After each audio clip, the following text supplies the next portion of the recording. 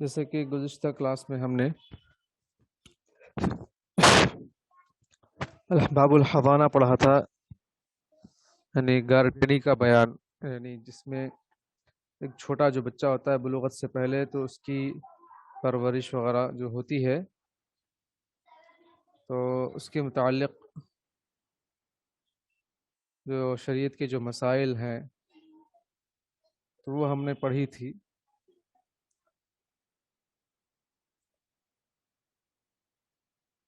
اب انشاءاللہ اسی کو کچھ چیزیں باقی رہ گئی تو اسی کو انشاءاللہ آگے پڑھتے ہیں۔ کچھ احادیث اور بھی کچھ باقی تھیں۔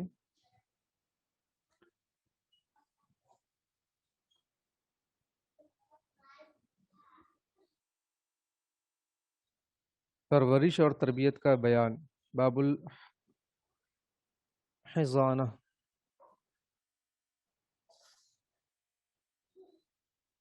تو حضانہ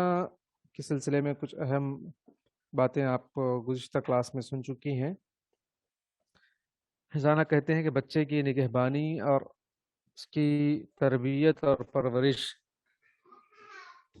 اور اسی طرح اس بچے کو مہلک بیماریوں سے اور مہلک چیزوں سے بچائے رکھنا، محفوظ رکھنا۔ یعنی یہ جب بچہ چھوٹا ہوتا ہے تو اس وقت میں بچے کو کسی اور کی ضرورت ہوتی ہے جو اس کی تربیت کرے، اس کی ضروریات کو پورا کرے، اس کی تکلیف کو دور کرے۔ تو یہ کس کا حق ہے؟ ماں کا ہے یا باپ کا ہے؟ جب طلاق ہو جائے یا جب خلا ہو جائے، شوہر بیوی الگ ہو جائے، تو اس وقت بچہ کس کے پاس رہے، وہ بچی کس کے پاس رہے جبکہ وہ بلوغت کی عمر کو نہ پہنچے ہوں، چھوٹے ہوں۔ تو اس سلسلے میں بہت سارے مسائل ہیں، بہت ساری باتیں ہیں۔ جیسے کہ بات ہمارے سامنے آئی تھی کہ بچہ جب تک چھوٹا ہے، یعنی بلوغت کی عمر کو نہیں پہنچا ہے، اس کو جب پرورش کی تربیت کی ضرورت ہے، تو اگر ماں جب تک دوسری شادی نہ کرے تو بچہ ماں ہی کے پاس رہے گا، جیسے کہ اللہ کے نبی صلی اللہ علیہ وسلم نے اس سلسلے میں فیصلہ کیا تھا۔ جیسے کہ ایک صحابی آئی اور کہا کہ اللہ کے نبی صلی اللہ علیہ وسلم بچہ یعنی چھوٹا ہے اور اس کو میری ضرورت ہے، جبکہ وہ اس کا جو ہے میرا پیٹ اس کے لیے برتن ہے، میری چھاتی اس کے لیے خوشبودار چیز ہے، اور میری گود اس کے لیے یعنی گھر ہے ایک طرح کا۔ تو وہ جب کہ جو ہے ضرورت ہے اس کو میری، اور جو بچہ کو اس کے والد لینا چاہتے ہیں، تو اللہ کے نبی صلی اللہ علیہ وسلم نے فرمایا کہ جب تک تو دوسری شادی نہ کرے وہ تیرا ہے، تیرے پاس ہی رکھ اس کو اور اس کی تربیت کرتے رہا۔ تو یہ ایک مسئلہ ہے۔ ہاں، اگر جب وہ عورت کی کسی اور جگہ شادی ہو جائے تو ایسے مسئلے میں اختیار دیا جائے گا، ایسے مسئلے میں بچہ جو ہے باپ کے پاس رہے گا۔ تو یہ ایک حدیث کی روشنی میں ایک مسئلہ تھا جو ہم نے پڑھا ہے۔ اب اس میں جب دوسرا جب بچہ جو ہے بلوغت کی عمر کو پہنچ جائے، جب 7 سال یا 8 سال ایسا ہو جائے، جو سن تمیز کو پہنچ جائے، تو اس وقت میں علماء نے کہا کہ بچے کو اختیار دیا جائے گا کہ جس کے پاس چاہے وہ رہے، وہ بچے کا اختیار ہے، چاہے ماں کے پاس چاہے باپ کے پاس، وہ جس کا ہاتھ پکڑ لے وہ اس کا بچہ ہے جو اس کی تربیت میں رہے گا۔ اس میں صحابہ کرام کا بھی یہ قول ہے، جمہور کا بھی قول ہے، اور حنفیہ کہتے ہیں کہ نہیں، یہ الگ مسئلہ ہے، بلکہ جو بچہ ہے تو باپ کے پاس، بچی ہے تو ماں کے پاس۔ یا مالکیہ کہتے ہیں کہ نہیں، دونوں بھی باپ کے پاس رہیں گے۔ یا اس طرح الگ الگ اقوال ہے، لیکن امام ابن قیم رحمہ اللہ تعالیٰ نے کہا کہ نہیں، بچے کو اختیار بھی نہیں دیا جائے گا، بلکہ جو بچے کی جس میں مصلحت ہے، بچے کے لیے کون زیادہ مناسب ہے، اس کے پاس اس کو رکھا جائے گا۔ یعنی اگر بچہ کے لیے ماں زیادہ بہتر ہے اس کے دینی اور دنیاوی اعتبار سے، تو ایسی صورت میں بچے کو ماں کے پاس رکھا جائے گا، اور اگر بچے کو باپ زیادہ مناسب ہے اس کے دین اور دنیا کے اعتبار سے تو باپ کے پاس رکھا جائے گا۔ ٹھیک ہے، کچھ اس سلسلے میں حدیثیں آ رہی ہیں اس کی روشنی میں انہوں نے یہ جو ہے مناسب بات کہی۔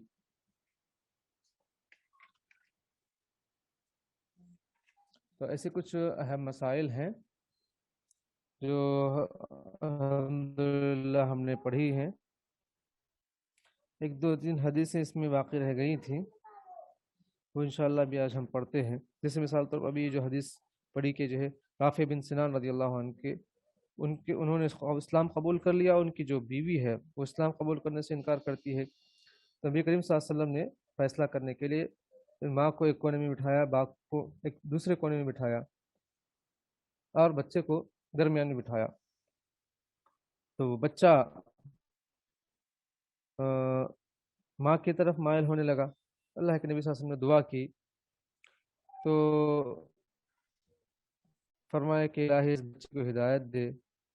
جب وہ ماں کی طرف مائل ہو رہا تھا کیونکہ وہ غیر مسلم تھی، تو اللہ کے نبی صلی اللہ علیہ وسلم کی دعا سے وہ بچہ باپ کی طرف جانب مائل ہو گیا، تو باپ نے بچے کو پکڑ لیا۔ تو یہاں پر یہ حدیث کا جو سیاق اس پر دلالت کرتا ہے کہ بچہ چھوٹا تھا بھی تمیز نہیں کر سکتا تھا، چنانچہ سبھی کا لفظ اس کا مقتضی ہے، بلکہ ابو داؤد میں صاف طور پر منقول ہے کہ یہ جھگڑا ایک چھوٹے بچے کے بارے میں تھا، اور وہ عورت دودھ چھڑانے والی یا اس کے مشابہ تھی۔ یہ بات متحقق ہو گئی کہ بچہ چھوٹا تھا اور تمیز کی اہلیت و صلاحیت نہیں رکھتا تھا، تو پھر تنازع اور جھگڑا بچے کی حق ضمانت کے بارے میں تھا کہ کون اس کی پرورش کرے گا۔ تو ایسی صورت میں یہ ولایت و سرپرستی میں نہیں تھا۔ یہ حدیث دلیل ہے کہ کافر ماں کے لیے حضانت کا حق ثابت ہے، لیکن اس میں یہ دلیل نہیں کہ بچے کو تمیز کی اہلیت کے بعد والدین کے انتخاب میں اختیار دیا جائے گا، خواہ والدین میں سے ایک مسلمان اور ایک کافر ہو۔ بہرحال یہ حدیث اس بات کی دلیل نہیں ہے کہ بچے کو تمیز کی اہلیت کے بعد ہی والدین کے انتخاب میں اختیار دیا جائے گا، بلکہ اس سے پہلے بھی دیا جا سکتا ہے۔ بہرحال امام ابن قیم رحمہ اللہ تعالیٰ کا قول زیادہ مناسب لگتا ہے کہ وہ اگر بچے کے سلسلے میں جو بہتر ہے ماں ہے یا باپ ہے تو اس سلسلے میں وہ فیصلہ کیا جائے۔ یہاں پر ایک مسئلہ آیا تھا کہ خالہ ماں کے مقام پر ہے، تو یہ بھی گزشتہ ہم نے یہ حدیث پڑھی تھی، اور اس کی تفصیلات اور آئی تھی، جیسے کہ یہاں پر ایک حدیث ہے برا بن عازب رضی اللہ عنہ کی کہ نبی کریم صلی اللہ علیہ وسلم نے حمزہ رضی اللہ عنہ کی بیٹی کے متعلق فیصلہ کیا کہ وہ خالہ کے پاس رہے، اور کہا کہ الخالۃ بمنزلۃ الام، خالہ بمنزلہ ماں کے ہے۔ اور اسی سلسلے میں ایک اور روایت علی رضی اللہ عنہ سے بھی ہے، جس کو امام احمد نے روایت کیا، والجاریۃ عند خالتها فإن الخالۃ والدہ، کیونکہ لڑکی اپنے خالہ کے پاس ہوگی کیونکہ خالہ ماں ہے۔ تو یہ روایات اس بات کا واضح ثبوت ہے کہ خالہ بچے کی پرورش کرنے میں ماں کے درجے میں ہے۔ امام شوکانی نے اس پر اجماع نقل فرمایا ہے۔ اس کے متعلق کوئی واضح دلیل تو موجود نہیں ہے، البتہ نبی کریم صلی اللہ علیہ وسلم کا والدہ سے کہنا کہ انتی احق بہ ما لم تنکحی، یہ تو زیادہ حقدار ہے جب تک تو دوسرا نکاح نہ کرے، اس بات کا ثبوت ہے کہ نکاح کے بعد بچہ باپ کی کفالت میں پرورش میں رہے گا، اور اس طرح جس روایت میں بچے کو ماں اور باپ کے درمیان اختیار دینے کا ذکر ہے، وہ بھی اس بات کا ثبوت ہے کہ ماں کے بعد باپ ہی اس کا مستحق ہے، لیکن خالہ کو ماں کے بعد اس لیے حق دیا گیا ہے کیونکہ اسے دوسری حدیث میں ماں کی جگہ قرار دیا گیا ہے، لہٰذا ماں کے بعد خالہ کا اور پھر والد کا حق ہوگا۔ تو پہلے ماں اگر ماں دوسری نکاح کر لے تو وہ خالہ کے پاس رہے گا، اگر وہ بھی پرورش نہ کر سکے تو پھر باپ کے پاس جائے گا کہتے ہیں۔ گزشتہ استحقاق پرورش کی تمام بحث ایسے بچے کے متعلق ہے جو ابھی چھوٹا ہے، بچپن میں ہو اور صغیر سن تمیز کو نہ پہنچا ہو، لیکن جب وہ سن شعور کو پہنچ جائے اور اسے تربیت اور پرورش کی اکثر ضرورت نہ رہے تو اس بچے کو ماں باپ کے درمیان اختیار دیا جائے گا، جیسے کہ یہ حدیث آئی تھی پہلے، جیسے کہ اللہ کے نبی صلی اللہ علیہ وسلم نے بچے کو کہا کہ اے بچے، یہ تیرا باپ ہے، تیری ماں ہے، جس کا بھی ہاتھ پکڑنا چاہے پکڑ لے۔ تو اس بچے نے ماں کا ہاتھ پکڑا اور وہ لے کر چلتی بنی۔ امام شافی، احمد اور اسحاق رحمہ اللہ کہتے ہیں کہ وہ لوگ تو اسی کے قائل ہیں اور انہوں نے اختیار کی حد 7 یا 8 سال مقرر کی ہے، لیکن 7 یا 8 سال والا اثر ضعیف ہے، جو حدیث ذکر کرتے ہیں وہ ضعیف ہے، اس سلسلے میں 7 یا 8 سال میں اختیار دیا جائے گا۔ ابو حنیفہ کہتے ہیں کہ بچے کو اختیار نہیں دیا جائے گا بلکہ وہ ماں کے پاس ہی رہے گا، اور جب اس کا حق ساقط ہوگا تو باپ کے پاس رہے گا۔ اچھا، مالک کہتے ہیں کہ بچے کو اختیار نہیں دیا جائے گا اور لڑکیوں کی زیادہ حقدار ماں ہیں حتیٰ کہ ان کا نکاح ہو جائے، اور لڑکوں کا زیادہ مستحق باپ ہے حتیٰ کہ وہ جوان اور بالغ ہو جائیں۔ گزشتہ صحیح حدیث امام مالک میں ابو حنیفہ کے موقف کے خلاف حجت ہے، جو جو ہے گزر چکی ہے۔ اختیار دینے کے سلسلے میں جو بات ہے وہ اس کی مخالفت کرتے ہیں، اسی لیے ان کی خلاف یہ حجت ہے۔ علاوہ ازیں اگر بچے سے والدین میں سے کسی ایک کو اختیار کرنا مشکل ہو جائے تو قرآن کے ذریعے فیصلہ کر دیا جائے گا۔ بچہ فیصلہ نہ کر سکے باپ کے پاس جاؤں یا ماں کے پاس جاؤں تو ایسی صورت میں قرآن ڈالا جائے گا، جیسے کہ ابو ہریرہ رضی اللہ عنہ کے حدیث میں ہے کہ آپ صلی اللہ علیہ وسلم نے فرمایا، استحیما فیہ، تم دونوں اس بچے کے متعلق قرآن ڈالو۔ اب جس کی بھی جو ہے اس میں چٹھی میں نام اٹھ جائے وہ بچہ اس کا ہے۔ لیکن ابن قیم رحمہ اللہ تعالیٰ کہتے ہیں، جس سے میں نے پہلے بتایا، کہ جس میں بچے کے لیے مصلحت اور خیر خواہی کا پہلو زیادہ ہو اسے اختیار کرنا چاہیے۔ اگر باپ کے مقابلے میں ماں زیادہ صحیح تربیت اور حفاظت کر سکتی ہے اور غیرت مند عورت ہو تو ماں کو باپ پر ترجیح دی جائے گی۔ اس صورت میں قرآن اندازی یا اختیار میں سے کسی چیز کا لحاظ نہیں رکھا جائے گا، کیونکہ بچہ تو کم فہم اور عقل کم ہے اور نادان اور ناعاقبت اندیش ہوتا ہے۔ ماں باپ میں سے جو بچے کا زیادہ خیال رکھنے والا ہو بچہ اس کے حوالے کر دیا جائے گا۔ اگر ماں سے زیادہ باپ میں یہ صف موجود ہو تو بچہ باپ کے حوالے کر دیا جائے گا اور پھر وہی اس کی تربیت کا ذمہ دار ہوگا۔ شریعت اس کے علاوہ کسی چیز کی متحمل نہیں ہو سکتی، اور نبی کریم صلی اللہ علیہ وسلم نے فرمایا کہ بچے 7 سال کے ہو جائے تو انہیں نماز کا حکم دو، اور اللہ تعالیٰ نے فرمایا کہ اپنے آپ کو اور اپنے گھر والوں کو آگ سے بچاؤ۔ جب ماں اسے مکتب اور مدرسے میں چھوڑتی ہو اور اسے قرآن سکھاتی ہو، اور بچہ کھیل کود اور اپنے ساتھیوں سے میل جول کو ہی ترجیح دیتا ہو، اور اس کا والد اسے ان کاموں سے کی اجازت دیتا ہو، تو ماں ہی اس کی زیادہ مستحق ہے۔ ایسی صورت میں اختیار اور قرآن کا کوئی اعتبار نہیں کیا جائے گا، اور اسی طرح اس کے برعکس اگر والد دین سکھاتا اور ماں کھیل کود کی اجازت دیتی ہو تو باپ زیادہ مستحق ہے۔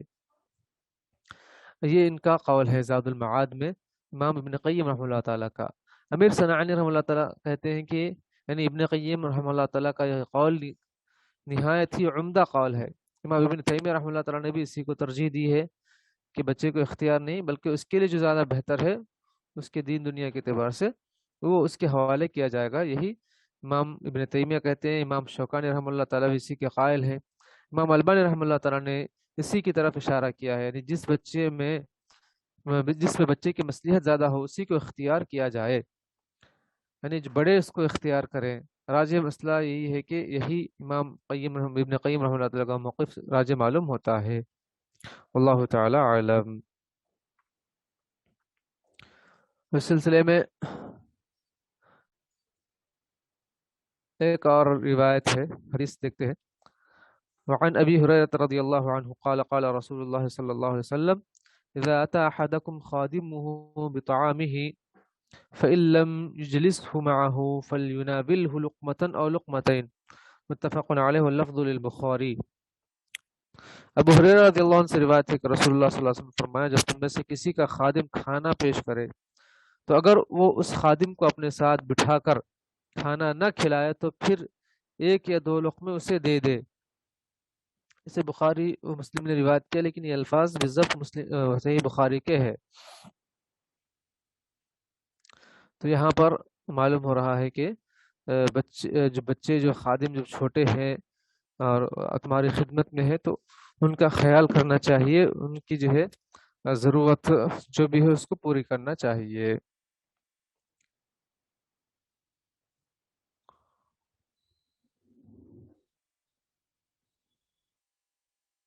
اور اس کے بعد کہتے ہیں کہ جو ہے اب یہاں پر ایک اور مسئلہ ہے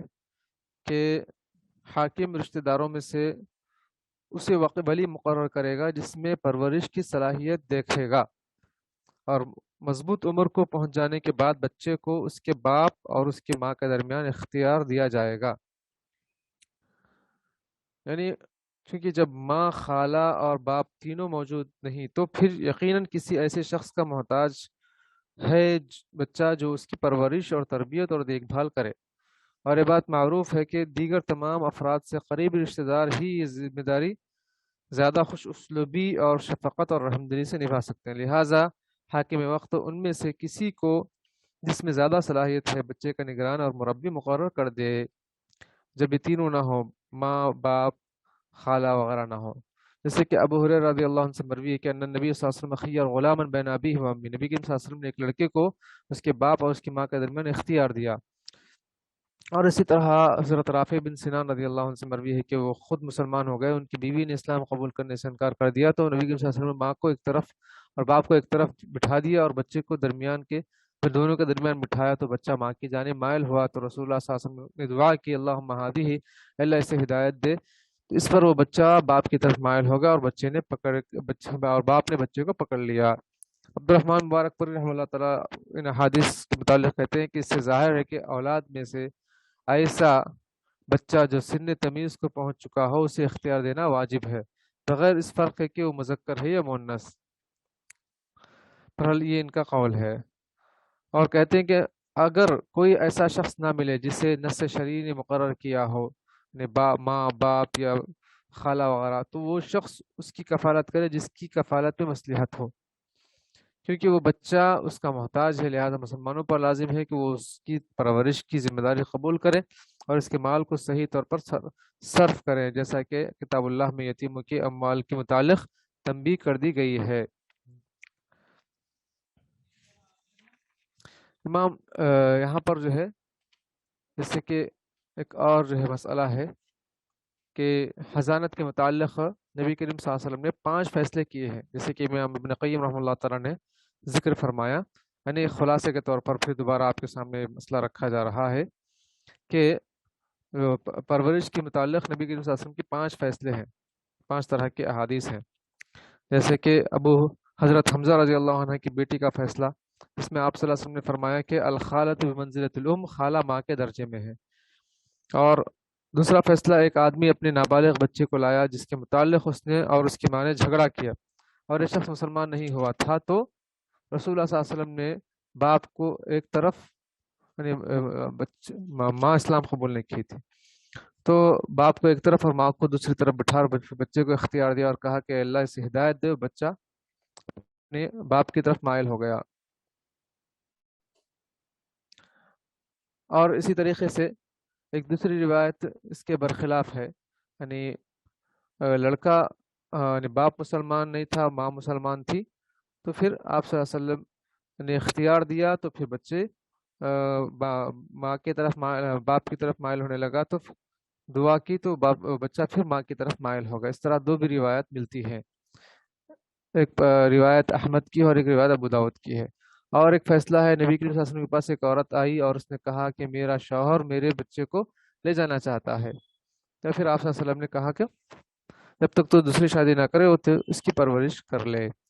اور 5واں فیصلہ یہ تھا کہ ایک عورت نے رسول اللہ صلی اللہ علیہ وسلم کے پاس آ کر عرض کیا، یہ میرا بیٹا ہے، میرا پیٹ اس کے لیے برتن ہے، میری چھاتی اس کے لیے خوشبودار ہے، اس طرح کی جو بات کہی، آپ صلی اللہ علیہ وسلم نے پھر جو ہے بچہ ماں کے حوالے کیا۔ یہ وہ 5 فیصلے ہیں جن پر پرورش اور تربیت کے مسائل کا دار و مدار ہے۔ تو اس طرح یہ 5 قسم کے جو احادیث ہیں نبی کریم صلی اللہ علیہ وسلم کے فیصلے ہیں، اسی پر کہ یہ سارے مسائل جو حضانت کے چلتے ہیں، دار و مدار انہی پر ہے۔ بچہ کسی کے بھی پاس ہو، لیکن جب ماں یا باپ میں سے کسی کو ملنا چاہیے تو اجازت دینی چاہیے، جیسے کہ عائشہ رضی اللہ عنہا فرماتے ہیں کہ یعنی مثلاً بچہ جو ہے ماں کے پاس ہے تو ماں جو ہے اپنے باپ سے کے ملنے سے نہیں روک سکتی، یا پھر جو ہے بچہ باپ کے پاس ہے تو ماں سے ملنا چاہتا ہے یا بچہ یا بچی، تو باپ اپنے ماں سے ملنے سے نہیں روک سکتا۔ جیسے کہ عائشہ رضی اللہ عنہ سے مروی ہے کہ رسول اللہ صلی اللہ علیہ وسلم فرمایا کہ الرحم معلق بالعرش تقول من وصلنی وصلہ اللہ ومن قطعنی قطعہ اللہ، رشتہ ناتا عرش سے لٹکا ہوا ہے اور کہہ رہا ہے کہ جو مجھے ملائے اللہ اسے ملائے اور جو مجھے کاٹے اللہ اسے کاٹے۔ تو لہٰذا کچھ بھی ہو، بچہ چاہے ماں کے پاس ہو چاہے باپ کے پاس ہو، لیکن یہ رشتے ناتے ٹوٹنے والے نہیں ہیں، اسی لیے بچوں کو ماں باپ سے ملانے میں کوئی جو ہے رکاوٹ نہیں بننی چاہیے۔ ایک اہم مسئلہ ہے جو ہمارے معاشرے میں دیکھنے میں آتا ہے کہ جو ہے جب اختلافات ہو جاتے ہیں، طلاق خلا کے مسائل، اور بچے دور ہو جاتے ہیں یا ماں باپ دور ہو جاتے ہیں، تو ایک دوسرے سے ملانے میں وہ کتراتے ہیں۔ تو ایسا نہ کریں، بلکہ جو ماں ہے ماں سے ملائیں، یا باپ ہے تو باپ سے ملائیں، رشتہ داروں سے ملاتے رہیں۔ چاہے تمہارا رشتہ ختم ہو گیا لیکن بچے کا رشتہ تو ختم نہیں ہوا۔ اور اس کے بعد ایک اور روایت ہے، بڑی جو ہے وعید والی روایت ہے، دیکھیے کہ پرورش میں نگہبانی میں یعنی اگر کوئی کسر رکھتا ہے، اگر جو ہے وہ جانور بھی کیوں نہ ہو، جانور کے ساتھ بھی اس طرح سلوک کرے، اس کو کھلانے پلانے میں یعنی اس طرح جو ہے تکلیف دے، تو کیا سزا ملے گی؟ جانور کے متعلق اس طرح ہے تو اور انسان کے متعلق کس طرح ہوگا؟ حدیث سنیں، واقعہ دیکھیں حدیث کا، اس کے بعد انشاءاللہ آپ کو خود اندازہ ہوگا۔ حدیث ہے عن ابن عمر رضی اللہ عنہما عن النبی صلی اللہ علیہ وسلم قال عذبت امرأة في هرة سجنتها حتى ماتت لا هي فدخلت نار فيها لا هي أطعمتها وسقتها إذ هي حبستها ولا هي تركتها تأكل من خشاش الأرض، متفق علیہ۔ بخاری مسلم کی حدیث ہے کہ ابن عمر رضی اللہ عنہما سے مروی کہ نبی کریم صلی اللہ علیہ وسلم نے فرمایا، ایک عورت کو بلی کے قید کرنے میں عذاب دیا گیا جس نے بلی کو اتنی دیر تک باندھے رکھا کہ وہ مر گئی۔ اس عورت کو جہنم میں ڈال دیا گیا۔ نہ تو اس عورت نے بلی کو کچھ کھلایا اور نہ پلایا، یعنی باندھ کر تو رکھا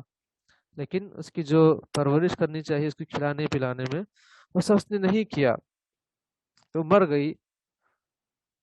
تو بلکہ باندھ کر رکھا، نہ اسے آزاد چھوڑا کہ وہ زمین کے جانور کھا لیتی، زمین کے جو کیڑے مکوڑے جانور جو بھی اس کی غذا ہے وہ کھا لیتی، وہ کھا کر جو ہے اپنا پیٹ بھر لیتی۔ اس کو آزاد نہیں چھوڑا، اس کو باندھ کر رکھا اور کھانا پینا بھی نہیں دیا، تو عورت اس کی وجہ سے جہنم میں چلی گئی۔ بخاری مسلم کی حدیث ہے۔ تو عذبت النار فی ہرۃ، اس جملے میں فی سببیہ ہے، یعنی بلی کی وجہ سے وہ عورت جہنم میں گئی۔ تو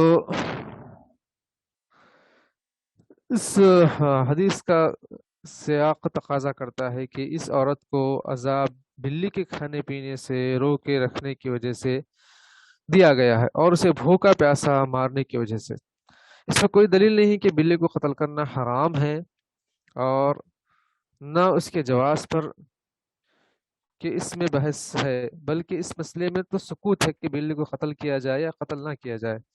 اس میں بہترین قول یہ ہے کہ جب بلی دشمنی پر اتر آئے تو اسے قتل کرنا جائز ہے۔ جب بلی دشمنی کرنے پر اتر آئے اور کاٹ رہی ہے، وہ تکلیف دے رہی ہے، پریشان کر رہی ہے، اس طرح کی جو ہے دشمنی کر رہی ہے، تو ایسی صورت میں اسے قتل کرنا جائز ہے۔ مصنف رحم اللہ تعالیٰ اس حدیث کو اور اس سے پہلے حدیث کو اس باب میں اس لیے لائے ہیں تاکہ تکفل اور ضامن کو ان کی ذمہ داری کی عظمت اور گراں باری پر متنبہ کریں، اور اس پر خبردار کریں کہ جس کی کفالت کی ذمہ داری اس پر ہے، اس کی ضروریات زندگی کا خیال اور لحاظ اور اس سے ملاطفت اور حسن سلوک کفیل کے واجبات اور اس کے آداب میں سے ہے، اور اس کو اہمیت نہ دینا، معمولی سمجھنا اور اسے ضائع کرنا اللہ تعالیٰ کے یہاں کبیرہ گناہ ہے، جس کا اس کے یہاں مواخذہ ہوگا اور اس کی وجہ سے سزا اور عذاب دیا جائے گا۔ جیسے بہت سے لوگ خرگوش پالتے ہیں یا بہت سے لوگ مرغیاں پالتے ہیں، بکریاں پالتے ہیں، اس طرح کے جو جانور پالتے ہیں، تو ان کو چاہیے کہ ان کے کھانے پینے کا خیال رکھیں. ان کو اگر باندھ کر رکھتے ہیں، چھوڑتے نہیں ہیں وہ خود کھانے پینے کے لیے، تو گھر ہی میں رکھتے ہیں باندھ کر، تو ان کو ان کے حساب سے ان کی غذا دی جائے تاکہ ان کا پیٹ بھرے، وہ بھی سکون سے کھاتے پیتے اچھے رہیں. ایسا نہ ہو کہ جو ہے جانور کو تکلیف دے، ان کو باندھ کر رکھ کر پریشان کرے. تو شریعت کیا ہے اس سے بھی منع کرتی ہے. تو آج کل جو ہے ایسی تمام چیزوں کا جو ہے بہت کم لحاظ رکھا جاتا ہے. جب جانور کے متعلق ہی اتنی بڑی سزا ہے تو پھر انسان کو باندھ کر رکھنا، اس کو کھانا نہ دینا، پریشان کرنا، یہ بھی بڑا گناہ ہے. آج کل کچھ لوگ اپنی بیویوں کو پریشان کرتے ہیں، تکلیف دیتے ہیں، ان کو کھانے پینے کے متعلق پریشان کرتے ہیں، کہیں جانے نہیں دیتے اپنے میکے بھی، تاکہ وہ اپنا گزارا کر سکے، یا پھر جو ہے وہ خود پریشان کرتے ہیں. تو ایسے لوگ بھی کیا ہے اس سے احتیاط کرنا چاہیے. کچھ لوگ یعنی اور قسم کے لوگوں کو یعنی رکھ کر پریشان کرتے ہیں، اور انہیں اسی میں مزہ آتا ہے، کسی کو تکلیف دیں، کسی کو پریشان کریں. تو اس سے ہمیں بہرحال بچنے کی کوشش کریں، ورنہ کیا ہے اللہ تعالیٰ کے ناراضگی ہوگی. اور اس سلسلے میں جو ہے کچھ اور بھی ایک اہم مسئلہ یہ تھا کہ جو ہے موانع خزانہ کیا ہے. یعنی موانع خزانہ یعنی کس وقت اس بچے یا بچی کی طرف یعنی پرورش کا وہ حقدار نہیں ہوگا، چاہے باپ ہو، چاہے ماں ہو، چاہے کوئی اور ہو. تو موانع خزانہ بھی کیا ہے، کچھ موانع خزانہ ہیں یعنی پرورش بچے کی نہیں کر سکتے. کون کون نہیں کر سکتے؟ اگر وہ یعنی غلام ہے، یعنی جو باپ ہو غلام ہے، یا ماں ہے غلام ہے، اس طرح خالہ ہے، اس طرح کے کوئی بھی اس کی پرورش کرنے والا غلام ہے، تو اسی صورت میں وہ اس کی پرورش نہیں کر سکتا. اور اسی طرح اگر وہ فاسق ہے، یعنی گنہگار ہے، جس پر بھروسہ نہیں کیا جا سکتا ہے، تو اگر اس کے پاس بچے کو رکھیں گے تو اس بچے کو تکلیف ہوگی، کیونکہ وہ اس کی صحیح تربیت نہیں کر سکے گا. اس کی تعلیم، تربیت وغیرہ کے مسئلے میں احتیاط نہیں کرے گا، تو پھر ایسی صورت میں وہ گنہگار ہوگا. تو اس کے پاس بھی رکھنا جائز نہیں ہے. اور نمبر 3، اور کافر کے پاس مسلمان بچے کو یا بچی کو پرورش کے لیے رکھنا مناسب نہیں ہے، درست نہیں ہے. کیونکہ جو ہے جب فاسق کے پاس ہی رکھنا درست نہیں ہے، تو کافر کے پاس تو بدرجہ اولا رکھنا درست نہیں ہے. کیونکہ بچہ کو اس کی دین، اس کی سلامتی ضروری ہے، ورنہ بچہ بچپن میں ایسے تمام چیزوں کو دیکھے گا جو کافر جو اس طرح کی عبادت کرتے ہیں، تو پھر جو ہے اس کے جو ہے ایمان کا خطرہ ہو سکتا ہے. لیکن آج کل کچھ لوگ جو ہے مسلمان بچوں کو پالتے ہیں غیر مسلم، اور پھر جو ہے بڑے ہونے تک اس کو رکھتے ہیں، شادیاں کر کے دیکھتے ہیں، پھر انہی سے جو ہے رشتہ قائم رہتا ہے. تو اس سے بچنا چاہیے. کافروں کے پاس اپنے بچوں کو پرورش کے لیے نہ دیں، گارڈننگ کے لیے نہ دیں. اور ایک اہم مسئلہ اس میں یہ بھی میں آپ کو بیان کر دوں کہ ہمارے ماحول میں آج کل جو سیاست چل رہی ہے وہ یہ کہ غیر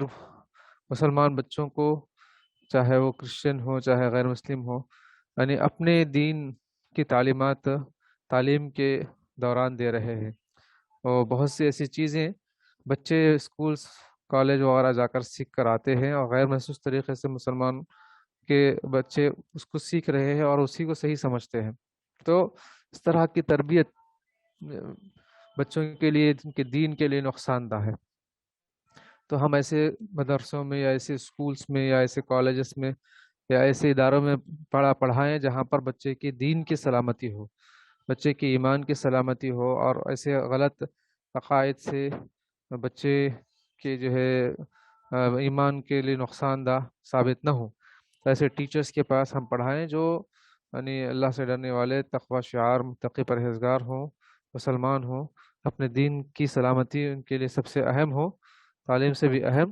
دین کی سلامتی ہو. تو وہاں ہم بچوں کو تعلیم دیں تو فائدہ ہوگا، بچوں کی تعلیم بھی آئے گی اور اللہ تعالیٰ بھی خوش ہوں گے. ورنہ تعلیم تو آ جائے لیکن بچوں کے ایمان میں کمزوری ہو جائے اور بچے دین سے دور ہو جائیں، یا لبرل قسم کے یا ملحد قسم کے بچے ہو جائیں تو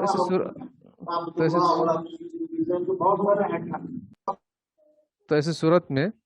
بچے کے لیے نقصان ہوگا. بچہ کیا ہے پریشان ہو جائے گا اور اس کے لیے کیا ہے مصیبت اور وبال جان بن جائے گا. تو ہم ایسے اسکولس کا انتخاب کریں یا ایسے ٹیچرز کا انتخاب کریں جو بچے کے لیے مفید ہے اس کے دین اور اس کے ایمان کے حساب سے بھی. تو ورنہ کیا ہے بچپن کی جو تربیت ہے وہ پتھر کی لکیر ہو جاتی. آپ آگے چل کر بچے کو کتنا بھی سدھارنے کی کوشش کریں تو بچے سدھر نہیں سکتے. ہم اپنے بچوں کو غیر مسلم کے حوالے اس طرح کرتے ہیں اور بے فکر ہو جاتے ہیں, یا اپنے گھروں میں بھی غیر مسلم عورتوں کو پرورش کے لیے تربیت کے لیے یعنی رکھتے ہیں یا کام کرنے کے لیے رکھتے ہیں. تو ہم آفس چلے جاتے ہیں یا پھر اپنے کاموں میں مصروف رہتے ہیں تو اپنے بچے ان عورتوں کے ساتھ رہتے ہیں. تو ایسی صورت میں بھی کیا ہے بچوں کی تربیت کرنے والے غیر مسلم ہوتے ہیں, تو اس سے بھی بچنا چاہیے, اس سے بھی جو ہے محفوظ رکھنا چاہیے تاکہ جو ہے سب چیزیں ہمارے بچوں پر جو ہے برے اثرات نہ ڈالے. اور اسی طریقے سے یہ بھی یعنی جس حدیث میں ہم پڑھے نمبر 3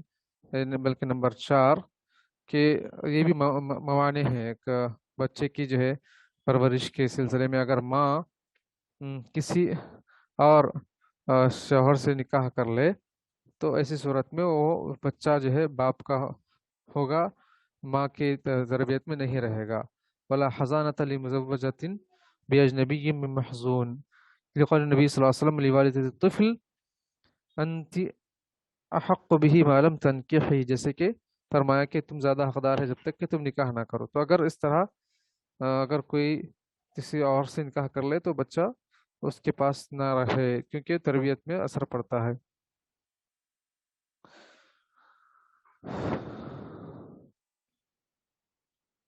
تو اگر جو ہے عورت اپنے اسی بچے کے کسی قریبی رشتہ دار چاچا سے یا اسی طرح اس کی کوئی اور بھی قریبی رشتہ دار سے نکاح کر لے تو ایسی صورت میں اس کا حق ساقط نہیں ہوتا کہتے ہیں, کیونکہ وہ اس کے جو ہے عصبات میں سے ہے, بچے کے عصبات میں سے ہے. اور اگر وہ غیر عصبات میں سے نکاح کرے, جو رشتے ناطے میں نہ کرے بلکہ اجنبی سے کرے, تو ایسی صورت میں وہ جو ہے حق نہیں رکھتی. ہاں اگر بالکل قریبی رشتہ دار سے کرے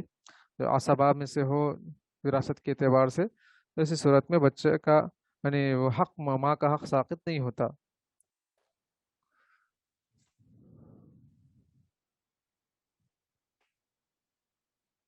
تو یہ ساری کچھ چیزیں ہیں.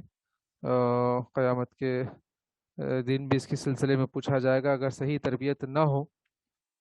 اسی لیے ان تمام چیزوں میں ہم کو جو ہے محتاط رہنا چاہیے اور اللہ تعالیٰ سے ڈرتے ہوئے اپنے مسائل کو قرآن و سنت کی روشنی میں حل کرنے کی کوشش کرنی چاہیے. اس کے بعد کچھ تھوڑا سا وقت رہ گیا ہے.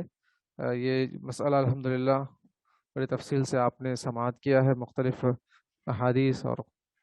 علماء کرام کے اقوال کی روشنی میں. اس کے بعد ایک دوسرا باب شروع کرتے ہیں. وقت ایک 10-15 منٹ باقی ہے, 10 منٹ. تو کتاب الجنایات, جرائم کے مسائل. جنایات جو آج کل بہت سارے جرائم معاشرے میں ہم دیکھتے ہیں, یعنی مختلف قسم کے گناہ, قتل, زنا, چوری, ڈکیتی, ظلم, زیادتی, زمین ہڑپ کر لینا, ایسے ساری چیزیں, بہت ساری چیزیں. اور اسی طرح دین اسلام کو چھوڑ کر دوسرے دین میں داخل ہو جانا. تو اسلام میں اس کے کیا احکامات ہیں, کیا اس کے سلسلے میں کیا سزائیں ہیں, اگر ان چیزوں پر آپ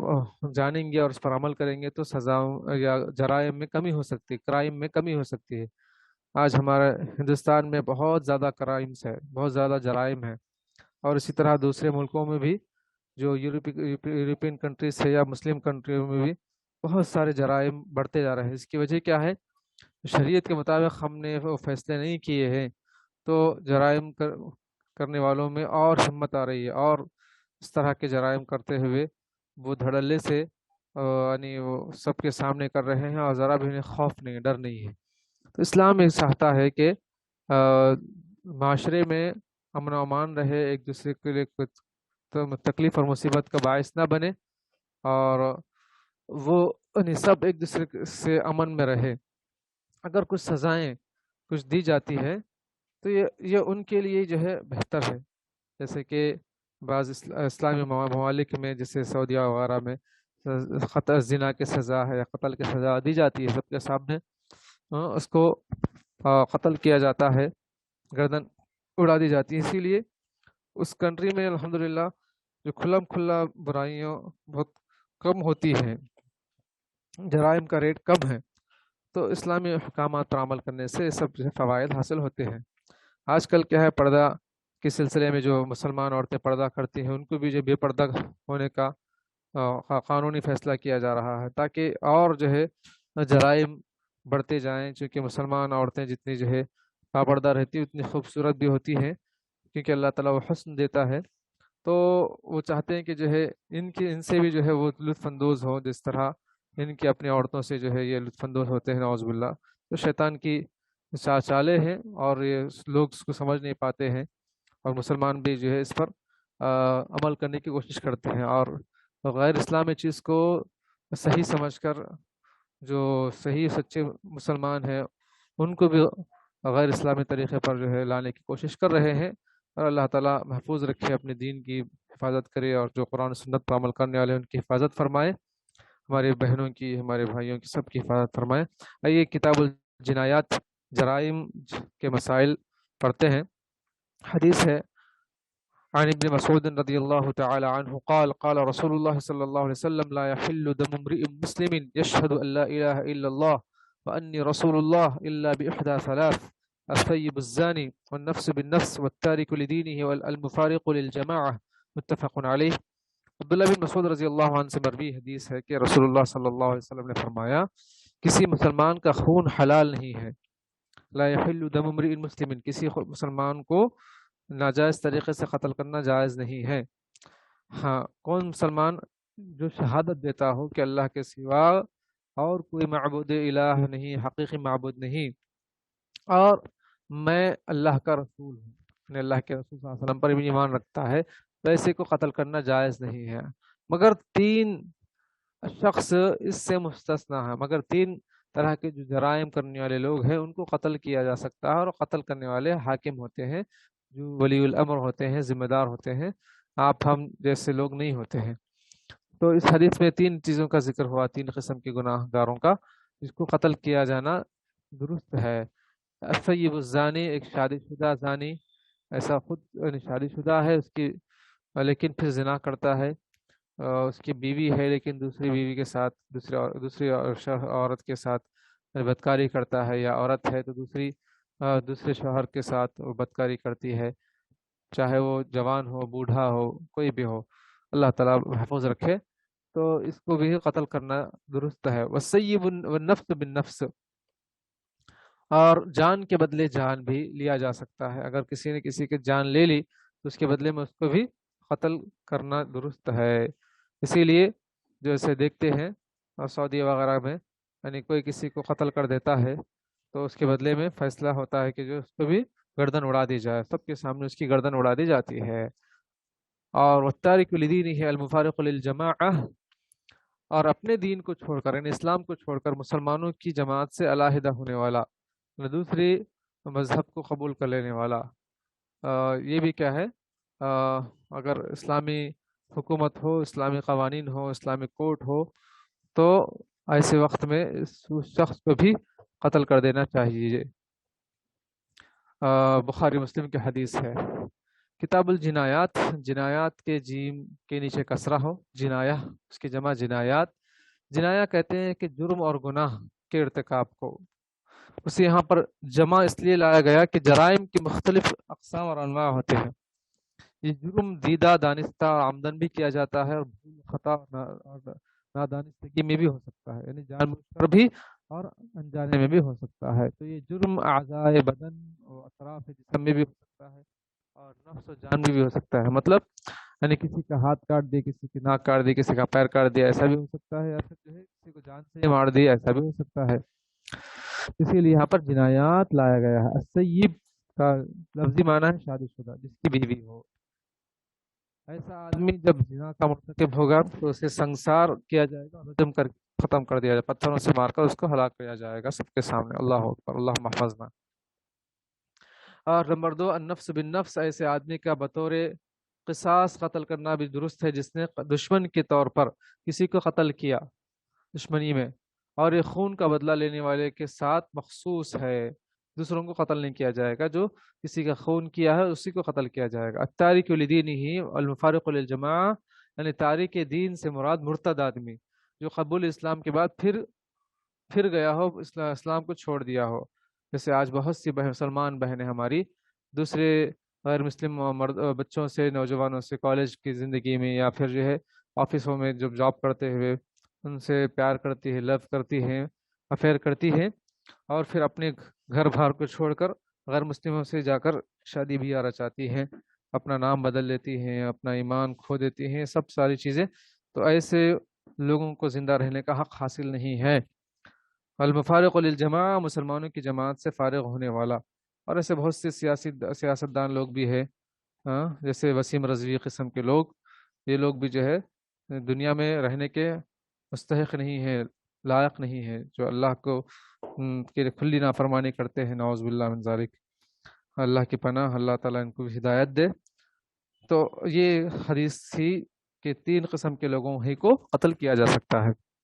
اور ایک حدیث دیکھتے ہیں، عائشہ رضی اللہ عنہا عن رسول اللہ صلی اللہ علیہ وسلم قال لا يحل قتل مسلم الا في احدى 3 خصال۔ ابھی جو حدیث گزری اسی کے معنی میں حدیث بھی ہے کہ کسی مسلمان آدمی کا قتل حلال اور جائز نہیں بجز 3 صورتوں میں سے کسی ایک کے، کہ زان محصن فیرجم، ورجل يقتل مسلما متعمدا فيقتل، ورجل يخرج من الإسلام فيحارب الله ورسوله فيقتل، أو يصلب أو ينفى من الأرض۔ رواه ابو داود والنسائی وصححه الحاکم۔ تو پہلا آدمی شادی شدہ زانی، پس اسے سنسار کیا جائے گا، پتھروں سے مار کر ہلاک کیا جائے گا۔ اور وہ آدمی نمبر 2، وہ آدمی دیدہ اور دانستہ جان بوجھ کر کسی مسلمان بھائی کو قتل کرے، پس اسے قتل کیا جائے گا۔ اور نمبر 3، وہ ایک اور آدمی جو دائرہ اسلام سے خارج ہو جائے اور اللہ اس کے رسول سے لڑائی شروع کر دے، پس اسے قتل کیا جائے گا، یا سولی دی جائے گی، یا اسے جلا وطن کیا جائے گا، وطن سے نکال دیا جائے گا، جسے ابو داؤد اور نسائی نے روایت کی اور حاکم نے اسے صحیح کہا۔ تو اور اس میں 2 چیزیں کا اضافہ یہ ہے کہ قتل کے علاوہ سولی دے کر قتل کیا جائے گا، یا پھر نفی اور نفع میں او ینفع من الارض، نفی من الارض یعنی جلا وطنی ہے، اپنے اس کے ملک سے نکال دینا۔ یہ سزا ہر ایک مرتد کے لیے نہیں بلکہ اس مرتد کے لیے ہے جو مرتد ہونے کے بعد عملاً لڑائی شروع کر دے، جھگڑا شروع کر دے، جیسا کہ اللہ تعالیٰ نے فرمایا انما جزاء الذین یحاربون اللہ ورسولہ ویسعون فی الارض فسادا ان یقتلوا او یصلبوا او تقطع ایدیہم وارجلہم من خلاف او ينفوا من الارض۔ سورہ مائدہ آیت نمبر 33 میں اللہ نے فرمایا جو لوگ اللہ اور اس کے رسول سے محاربہ یعنی لڑائی کرتے ہیں اور زمین میں فساد کی کوشش کرتے ہیں، ان کی سزا یہ ہے کہ ان کو قتل کیا جائے، یا پھانسی دی جائے، یا ان کے ہاتھ پاؤں اور مخالف سمتوں سے کاٹے جائیں، یا جلا وطن کیا جائے۔ 4 قسم کی سزائیں میں سے کوئی بھی سزا ہو سکتی ہے۔ رہا وہ مرتد جو ارتداد کے بعد محاربہ نہیں کرتا، لڑائی جھگڑا نہیں کرتا، اس سے صرف سزائے قتل ہی دی جائے گی، اسے نہیں نکالا جائے گا ملک سے۔ اس کے بعد کی حدیث ہے وعن عبد الله بن مسعود رضی اللہ عنہ قال قال رسول اللہ صلی اللہ علیہ وسلم اول ما يقضى بین الناس یوم القیامة فی الدماء متفق علیہ۔ بخاری مسلم کی حدیث عبداللہ بن مسعود رضی اللہ عنہ سے روایت ہے کہ رسول اللہ صلی اللہ علیہ وسلم نے فرمایا کہ قیامت کے روز لوگوں کے درمیان سب سے پہلے جن مقدمات کا فیصلہ کیا جائے گا وہ خون کے مقدمات ہوں گے۔ بخاری مسلم کی حدیث ہے فی الدماء، دمن واحد، اس کی جمع دماء، خون۔ یہ حدیث آپ صلی اللہ علیہ وسلم کی اول ارشاد جیسے پہلے حدیث میں تھی ما یحاسب به العبد صلاته، کہ سب سے پہلے قیامت کے دن نماز کے بارے میں محاسبہ ہوگا، اس کے مخالف نہیں ہے۔ ایک حدیث میں سب سے پہلے نماز کا حساب لیا جائے گا، اور اس حدیث میں سب سے پہلے خون کا حساب لیا جائے گا، تو دونوں میں ٹکراؤ نہیں ہے، اس لیے کہ یہ نماز اللہ کا حق ہے، تو پہلا اس سے متعلق حساب ہوگا جو بندوں کے درمیان ہے، اس کے بعد جو یعنی خون وغیرہ کا، تو اس میں وہ پہلا ہو گیا. تو یہ محاسبہ کے متعلق ہے. پہلے کا تعلق حکم اور قضا سے ہے، اور محاسبہ تو حکم سے پہلے ہوتا ہے. پس پہلا اور در حقیقت نماز ہی ہے. کہتے ہیں کہ جو ہے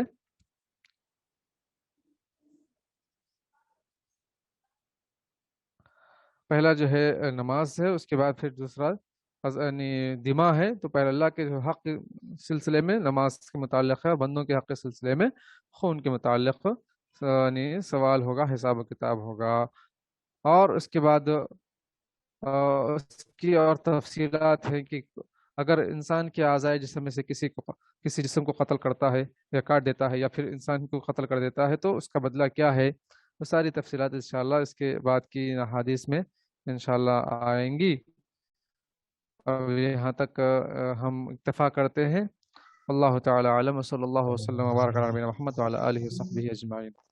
جزاک اللہ خیر. بارک اللہ فیکم. سبحانک اللہم وبحمدک، اشہد ان لا الہ الا انت، استغفرک واتوب الیک.